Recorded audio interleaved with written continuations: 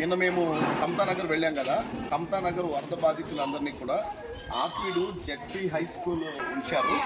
ఇక్కడ వాళ్ళకి ప్రతిరోజు భోజనం అందిస్తున్నారు.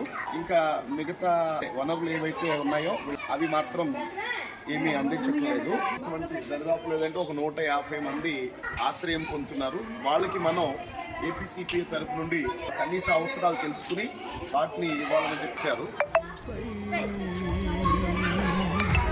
కనికరించు కరుణ చూపించు మా దేశ ప్రజలపై,